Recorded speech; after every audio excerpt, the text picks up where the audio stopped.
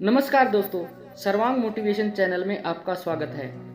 दोस्तों, महाभारत में दुर्योधन के मामा शकुनी एक ऐसा किरदार है जो अपने आप में कई रहस्यों को समेटे हुआ है।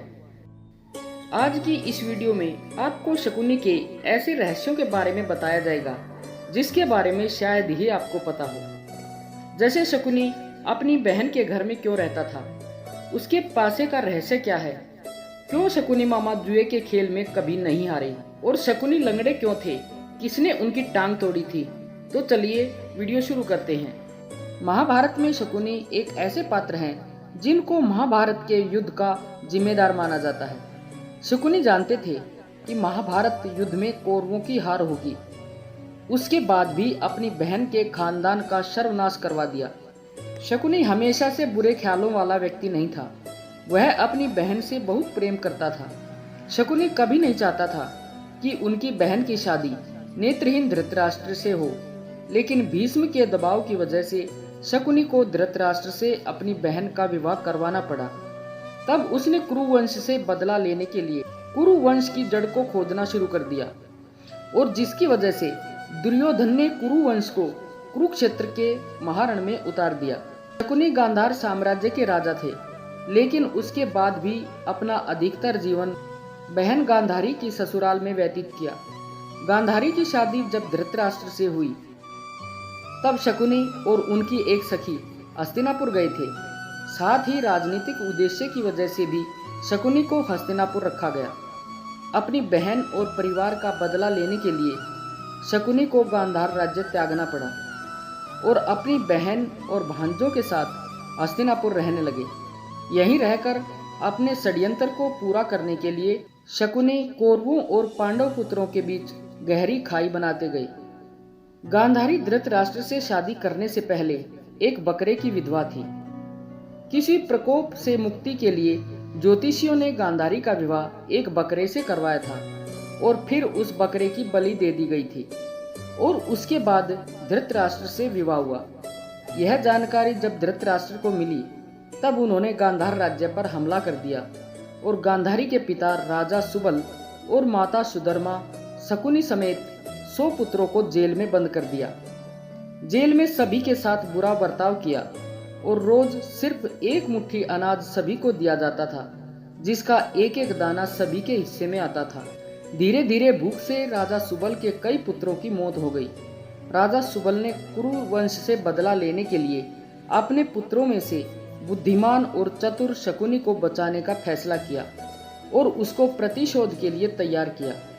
सभी लोग अपना अपना भोजन शकुनी को देने लगे और शकुनी ने अपनी आंखों के सामने अपने परिवार का अंत होते देखा। मृत्यु से पहले राजा सुबल ने धृतराष्ट्र से शकुनी को छोड़ने की विनती की, जिसको धृतराष्ट्र ने मान लिया। राजमहल की चकाचौंध में शकुनी अपना प्रतिशोध भूल ना जाए, इसलिए सभी ने मिलकर उसका एक पैर तोड़ दिया, जिससे वह अपने परिवार के अपमान की बात याद रखे। तब से शकुनी लंगड़ा कर चलने लगा।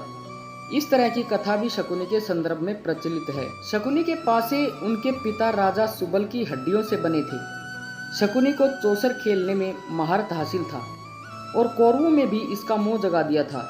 इसको देखते हुए मरने से पहले राजा सुबल ने शकुनी को अपनी हड्डी से पासे बनवाने के लिए कहा था। राजा सुबल ने कहा कि ये पासे हमेशा तुम्हारी आज्ञा मानेंगे और कोई तुमको हरा नहीं सकेगा। साथ ही इन्हीं पासों से धृतराष्ट्र के वंश का अंत हो जाएगा। राजा सुबल के मरने के बाद उसकी कुछ हड्डियां शकुनी ने बचाकर रख ली थी और फिर उनसे पासे बनवाए थे। हड्डियों के बने पासों से चौसर खेलने की वजह से पांडव सब कुछ हार गए। द्रौपदी का चीरहरण हुआ और अंत में महाभारत का महायुद्ध हुआ। महाभारत के युद्ध में शकुनी पांडव पुत्र और कौरवों दोनों से नफरत करता था। पांडवों ने समय समय पर अनेक कष्ट दिए थे और कई अवसरों पर परेशान भी किया था। साथ ही शकुनी के पैर का भी पांडवों ने मजाक उड़ाया था। कुरुक्षेत्र के युद्ध में पांडु पुत्र नकुल ने शकुनी और उनके पुत्र उलूक को मार दिया था। महाभारत युद्ध के बाद श्री कृष्ण ने भीम को बुलाया और कहा कि इन पासों से इतना बड़ा नरसंहार हो गया है, इसलिए भविष्य में ऐसा ना हो तो तुम इनको नष्ट कर दो। ताकि किसी को ये पासे ना मिल सके। अर्जुन उधर से निकल रहे थे और कृष्ण जी की आधी बात सुनकर पासों को लेकर निकल गए। कुछ दूर जाकर एक बड़ी नदी में उन पासों को फेंक दिया और कृष्ण जी को बता दिया। श्री कृष्ण ने कहा कि तुमने बहुत बड़ा अनर्थ कर दिया है। अगर वे पासे बहते हुए किसी के हाथ में लग गए तो जुआ फिर से आरंभ हो जाएगा और इंसान की बर्बादी का कारण बनेगा। अंत में यही हुआ, पासे किसी आम इंसान के हाथ लग गए और परिणाम यह हुआ कि जुआ किसी न किसी रूप में आज भी समाज में मौजूद है। आशा है इस वीडियो से आपको काफ़ी ज्ञान मिला होगा। कृपया अपने सुझाव कमेंट में अवश्य बताएं और अगर वीडियो अच्छी लगी हो तो वीडियो को लाइक व शेयर करें और चैनल को सब्सक्राइब करना ना भूलें। धन्यवाद।